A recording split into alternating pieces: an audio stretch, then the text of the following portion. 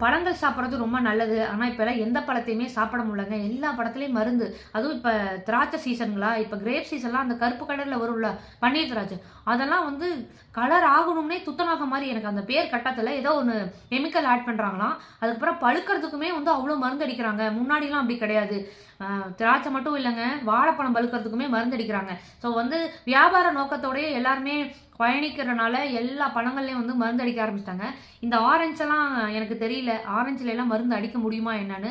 யாருக்காவது தெரிஞ்சதுன்னா சொல்லுங்க. ஏன்னா இத வந்து கழுவி சாப்பிடணும்னு அவசியம் இல்ல. எங்கேனாலும் இப்போ ரோட் சைட்ல நம்ம வெளியில டிராவல் பண்றோம்னா ஆரஞ்சு வாங்கிக்கலாம். ஏன்னா ஸ்கின்ன ரிமூவ் பண்ணிட்டோம்னு வச்சுக்கோங்க. இது உள்ளுக்க இருக்கும். மத்த பழங்கள்ல சாப்பிடும்போது அவங்க மருந்தடிச்சு பழுக்க வைக்கிறனால ஒவ்வாமை தான் ஏற்படும்.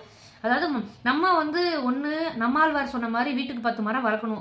மரம் வைக்க வழி இல்லையா? மாடி தோட்டமாவது போடணும். அதுல வர காய்கறிகள, பழங்கள நம்ம வந்து ஆர்கானிக்கா மருந்தடிக்காம சாப்பிடணும். நெறைய பேரு வீட்லயே வந்து சொந்த யூஸ்க்காக போடுவாங்க. அதுலயுமே மருந்தடிக்கிறாங்க. அந்த மாரிலாம் பண்ணாம நீங்க வந்து ஹெல்த் கான்ஷியஸா இருங்க.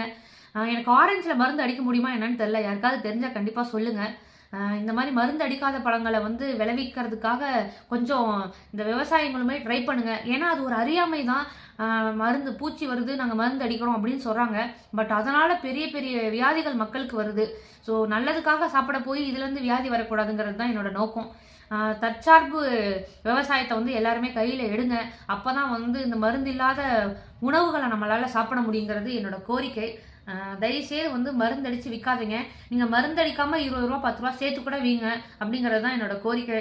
மக்களே, நீங்களும் இத விரும்புறீங்கன்னா, கமெண்ட்ல தயவுசெய்து எனக்கும் விவசாயம்னு கமெண்ட் பண்ணுங்க. Thank you.